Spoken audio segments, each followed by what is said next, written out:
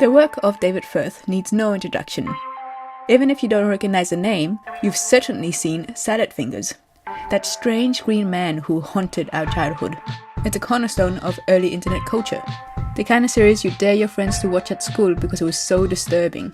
But beyond that viral legacy lies something even more enigmatic, the Sock series. Sock is an anthology that explores dreams, sometimes comforting, sometimes nightmarish. Its fragmented narratives and shifting logic feels less like storytelling and feels more like slipping in and out of someone else's subconscious. Fans often suggest that these episodes are based on Firth's own dreams, and yet, Sock feels strangely familiar. There's something so intimate in the chaos, that eerie sensation of deja vu when you're watching, as if these dreams aren't just his, but ours. You find yourself thinking, I've had this exact same dream before. Today I'll be diving into all 6 episodes. I've done my best to try and connect all the pieces of these shattered nightmares. And from what I've found, I don't think you'll ever look at this series the same way again.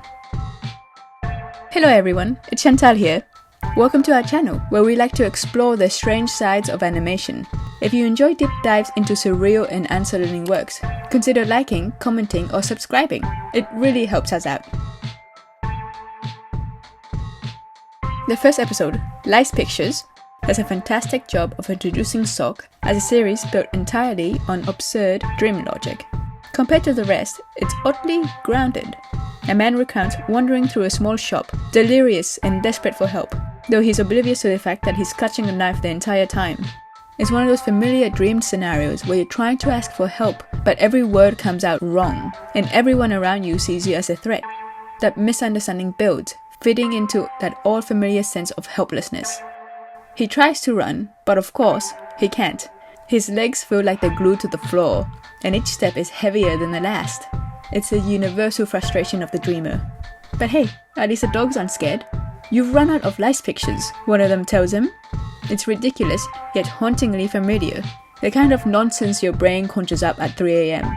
The details make no sense, but the emotions behind them does. Somewhere in the back of your mind, that little voice mutters, make sure you don't forget to pick up milk. As the dream turns lucid, the man is offered access to the Russian laughing room, where people sit around, laughing endlessly for no apparent reason. The image is meaningless, but it sticks with you. Like many dreams, it leaves no resolution. No grand meaning, no moral, just abrupt silence after waking up from something you can't quite explain. There isn't a whole lot to decode in Lice Pictures, and maybe that's the point. It's a perfect introduction to Sock's peculiar wavelength, the intimate awkwardness of being trapped inside your own half-rational mind. It feels like a warm-up, and trust me, it only gets deeper from here. The second episode, Petticoat, which sounds like someone smashed their face against a keyboard, feels softer, almost soothing, like drifting through a dream you don't want to wake up from. Bathed in a warm amber glow, it unfolds as a kind of domestic reverie, a quiet daydream slowly warping at the edges. A man and his wife share a small life with their cat and dog, moving through scenes that shift around as though the house itself were breathing. Weird pipes and shapes emerge from the walls then recede, and yet as bizarre as it may seem at first, after a while it begins to seem normal, almost expected. But underneath that sleepy calm, something begins to stir. There's a subtle tension, a sense that no one is telling the truth. People lie to the man in small, almost comical ways. A burglar who insists he only broke the window to deliver an important message. Or the dog who swears he's eating the man's cheese as an act of kindness. These peculiar half-truths carry the weight of quiet betrayal. They speak to a deeper feeling that many of us know too well, that we're being deceived, and perhaps taken advantage of. The sort of dream logic that mimics emotional gaslighting. How we tell ourselves that everything is fine, even as our instincts whisper otherwise. By the end, the protagonist finally outsmarts a persistent salesman trying to push his tapes, and there's a fleeting sense of triumph. It's not a grand victory, just a small, defiant act that feels enormous in the dream's fog. In that moment, Petticoat becomes the subconscious learning to fight back. It's a gentle rebellion against deception, a quiet reclaiming of freedom in a world that insists you trust it, even when you know you shouldn't. If the first 2 episodes captured the confusing charm of dreams, 10 different types of soup plunges headfirst into nightmare. Gone is the warmth of the earlier color palette, replaced by a feverish, oppressive world ruled by polar bears in suits and inhabited by violent, distorted citizens. Our protagonist, Howard, drifts through this reality like someone trapped in a labyrinth of their own mind. The entire episode feels like a psychological reckoning, a confrontation with the part of himself he is most afraid to acknowledge. What makes this episode so striking is the collision between innocence and cruelty. Children's voices echo through scenes of chaos. It's as if we were peering into a memory where childhood and horror have become fused into one inseparable thing. The reoccurring black flame flickers as a symbol of guilt, or perhaps a buried sin. Something smouldering quietly in the psyche. A man watching from afar becomes the embodiment of paranoia and judgment, that inner observer who never stops accusing. And then there are the polar bears, entities that feel almost extra-dimensional, like manifestations of mockery or punishment. Maybe they're demons, or maybe they're just the voices in Howard's head, telling him he deserves to suffer. At the heart of it all lies Howard's so-called brother Joshua. Though he appears as a grown man, he speaks in the fragile voice of a child, forever calling out for his father. I don't think Joshua is a separate person from Howard at all, but a reflection, the other side of Howard himself. We see how Howard perceives his own monstrosity, as something grotesque on the outside, but deeply wounded within. Beneath the rage and confusion, he's still a scared little boy. Firth's surrealism here isn't about shock value. It's about exploring the horror of self-awareness. Soup becomes a descent into guilt and trauma, a dream where punishment and confession blur together. It's a deeply unsettling, but also profoundly human way to portray a mind struggling to reconcile with its own darkness. Socklops changes the rhythm once again, leaning into absurdist satire with a grim undercurrent. The protagonist recounts his past as a medical test subject, immobilized as a man harvests a material from his pancreas, supposedly to use in a dry cleaning business of all things. It's a scene so bizarre that it loops back into tragicomedy. We watch him trapped, voiceless, a body turned into an experiment, a patient turned into a product. Throughout the episode, this image repeats itself. People being ignored, poked, and silenced. Their suffering treated as background noise to someone else's experiment. One patient has thick black liquid pumped into his skull, and when he finally complains, the doctor waves him off like a nuisance.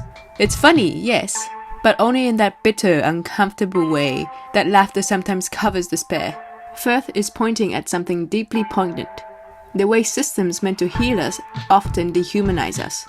The scientific endeavors of Dr. Gerald's craft is another important subplot. He's a man consumed by invention for invention's sake, creating meaningless contraptions that achieve nothing but their own existence. He presents a machine that grants consciousness to random objects, and discusses the idea of turning cars into cigarettes? His ideas are ludicrous, yet they mirror a truth about progress that's all too real. How often humanity builds without purpose, just to prove it can. When Joseph takes the stage to a lecture about his work, he lashes out, calling the audience silly people for failing to grasp his genius. The meltdown is hilarious and pathetic all at once. Much like the Doctors, Gilcraft only cares for his work and his pride. The episode closes on a haunting, yet beautiful image. The protagonist, long since stripped of his agency, shrinks himself down until he floats between atoms. There, drifting through a golden ring of his own imagination, he finds something like peace. It's nonsense, yes, but it's meaningful nonsense. In a world where our bodies can be prodded and restrained, the mind becomes a final sanctuary. Perhaps that's the quiet dignity that Firth lives us with. That even when we aren't in control of what happens to us, we can still find comfort in the small spaces where we decide how to think and how to dream. Episode 5, titled 3 Skins Without Men, is a creative turning point for Firth. His newer collage technique of splicing photographs into animation creates an uncanny, hyper-realistic aesthetic that perfectly complements the episode's apocalyptic tone. The world we enter feels drained of life, grey, diseased, and hollow. Its inhabitants shuffle through their routines like ghosts, alienated and haunted by some unspoken sickness.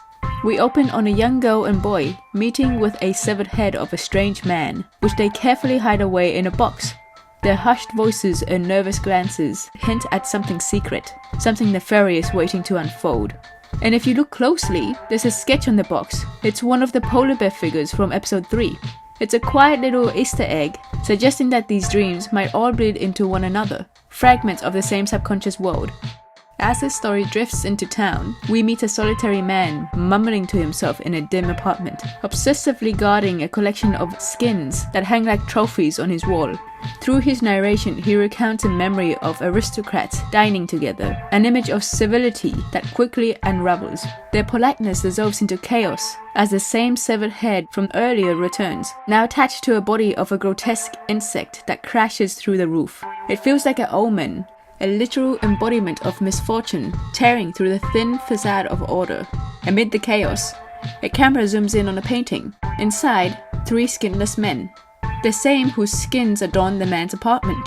They argue drunkenly, ordering drinks in absurd, nonsensical terms. It's grotesque, but hilarious. The bartender quietly slips out the back door. He mutters, "I'm not fooling anyone anymore." And it's here, in this quiet admission, that the true heart of the episode begins to reveal itself. 3 Men Without Skins is about identity, about the facade we build to hide what's underneath. Every character is isolated, performing for one another, desperate to be seen but not truly understood. The skins become literal metaphors for a persona, the masks we wear to appear functional, even when we're falling apart inside. But the surrealism doesn't end there. The severed head reappears once again, this time possessing the body of the girl. And as always, disaster follows. The creature feels like a curse, like the physical manifestation of moral decay. And it's at this moment it completes its work of destruction. Then, a group of grandmothers descend from the sky, dutifully cleaning up the wreckage. It's ridiculous, but almost divine, a symbol of the older generation sweeping away the ugliness of the world, covering its sins with the illusion of order and innocence. And then, in one final act of grace, a trembling dog takes the stage. Barely holding itself together, it stands before a microphone and begins to sing. Around it, the characters gather, broken, exhausted, but united. It's a haunting finale, both bleak and hopeful. Amid the desolation, the decay and the loneliness, there's still music, still connection. 3 Men Without Skins may be a commentary on corruption, isolation and identity, but beneath the absurd lies something deeply human. A quiet, stubborn will to keep existing, even as the world crumbles around you.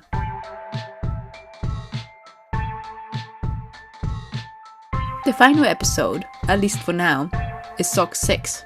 It's the only one without an official subtitle, and fittingly, it's where things become the most enigmatic. Sock 6 feels like you're waking up halfway through a story. From its opening images, the cramped room, the small slots in the wall for food, the towering figure on the pedestal, perhaps a judge or a warden, or something in between. It's clear that the main character is in some kind of prison, a tribunal of the mind where the crime is unclear, but the sentence has already been decided.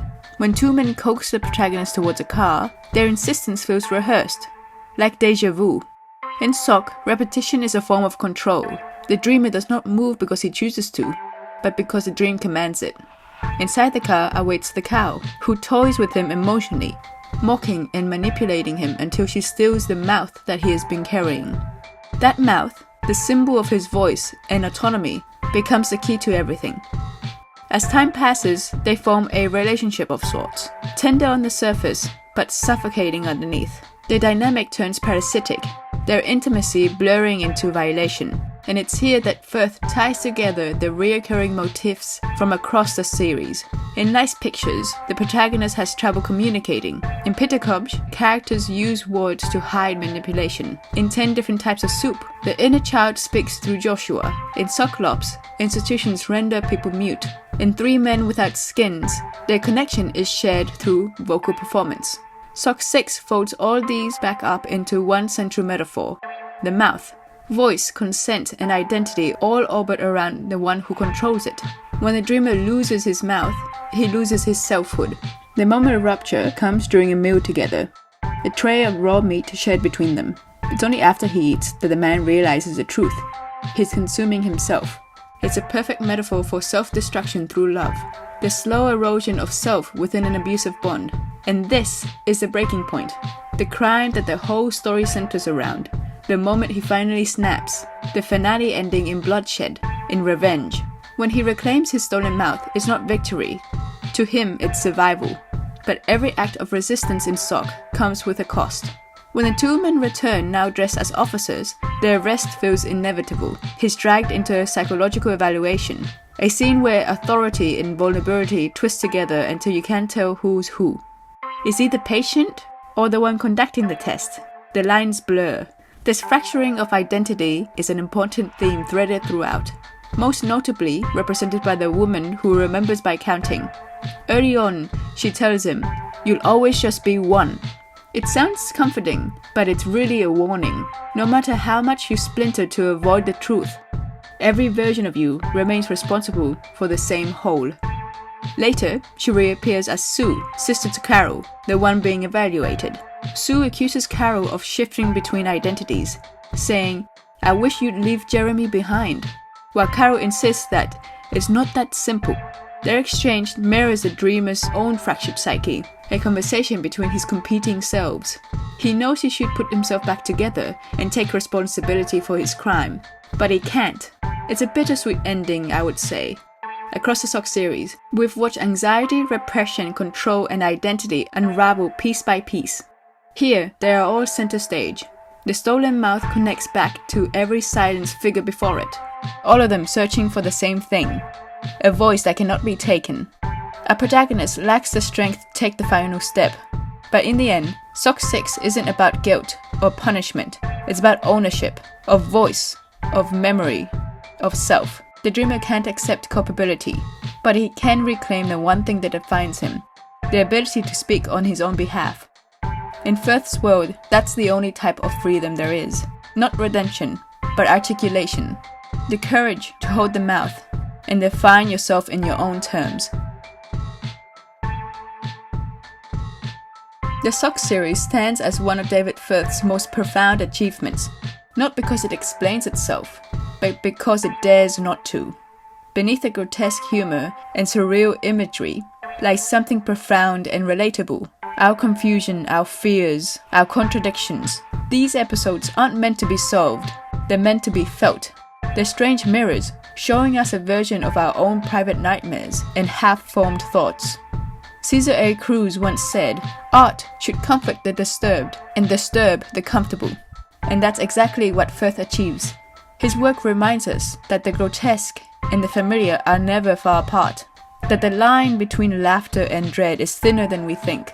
Watching Sock is like dreaming with your eyes open, realizing that somewhere, deep inside the noise and nonsense, David Firth isn't just showing us what's in his mind, he's showing us what's in ours. Hey everyone, thanks for watching. I hope you enjoyed my analysis of this series. Like all of David Firth's work, I don't think there's a right or wrong way to interpret this series really. This is what I found made most sense in my mind. I'd love to hear any other theories that you guys have about each episode, or if you think there's any hidden details that I missed. Please share your thoughts in the comments below, and I'll catch you later. Bye!